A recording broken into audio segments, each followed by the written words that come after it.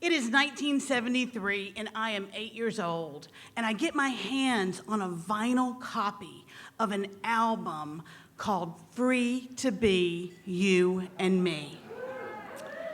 Every story, every song on that album was a radical concept to me and my Southern conservative upbringing.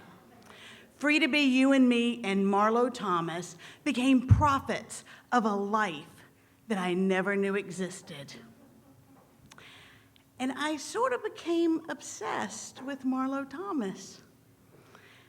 And I convinced myself that if Marlo Thomas and I were ever to meet, we would become best friends forever. We were living right outside of New York City at the time, and I read that Marlo Thomas was going to be in the Macy's Day Parade. And I begged my parents to please let us go, but we had to go early enough so that we could sit right beside the stands where the celebrities would go after they had finished the parade. When we got there, the TV cameras had already set up, but the man announced that he would be choosing people from the audience to stand beside the celebrities when they did their interviews. And I weaseled my way through the crowd, and I found the guy in charge, and I explained to him exactly how much I loved Marlo Thomas. And I showed him my very lovely 8-year-old made book of Everything Free to Be You and Me. And I guess maybe he felt sorry for me, and he said I could stand beside Marlo. I went to go tell my mother. She was so excited, and she went to the payphone, and she called every aunt we have and every friend she knows in Alabama and called them long distance to tell them to watch the Macy's Day Parade. When I got back, the host called me over, and my mother insisted on coming with me. She said it was because she wanted me to have some moral support or whatever, but really, really, I knew it was because she wanted to be on TV and wave to all of her friends in Alabama. So Marlo then descends out of the stands, and she sparkles and she shines exactly the way I imagined. And they talked for a minute about a play she was in, and then the announcer said, "Marlo, I'd like you to meet your biggest fan." And my head went woozy by that endorsement. And so she looked at me, and sensing I had gone mute, she looked at me and she said, "Boy, that sure is a nice book you got there. Would you like me to autograph it?" And all I could squeak out was, "Yes, please." And my knees got really wobbly. And then she said, "Do you have a pen?" Darn, I forgot the pen.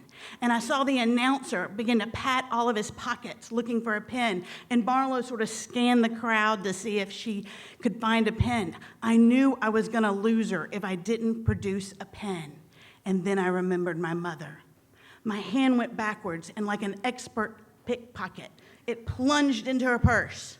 And I began feeling all the things she had, like lipsticks and lotions and all that stuff. And then right at the bottom, I found a pen. And it wasn't just any pen. It was one of those pens from the 1970s, you know, those big blue and white ones that had the color selector top, you know?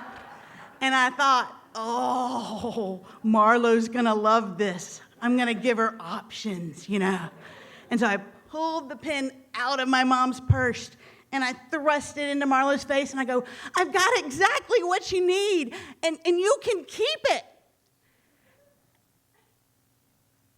And instead of that color selector big pen, I was holding another circular item that was at the bottom of my mom's purse.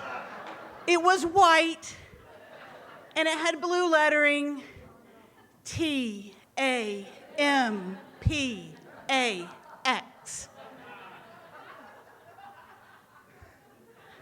Marlo looked to the TV host. The TV host went white. I, however, was clueless, and figured she just didn't hear me the first time. And so I said, Marlo, this is my mom's favorite, and she'll be so glad you get to use it. And then Marlo did the most Marlo thing ever. She took that tampon, she put it right in her pocket, and she looked in the camera and she said, isn't it wonderful when a fan gives you something you can actually use? And the host took his cue and whisked Marlo away. And she never looked back to see if I was coming. No autograph. No explanation. I knew I had missed my chance. I knew we would never be friends. I would just be another fan in all the sea of fans.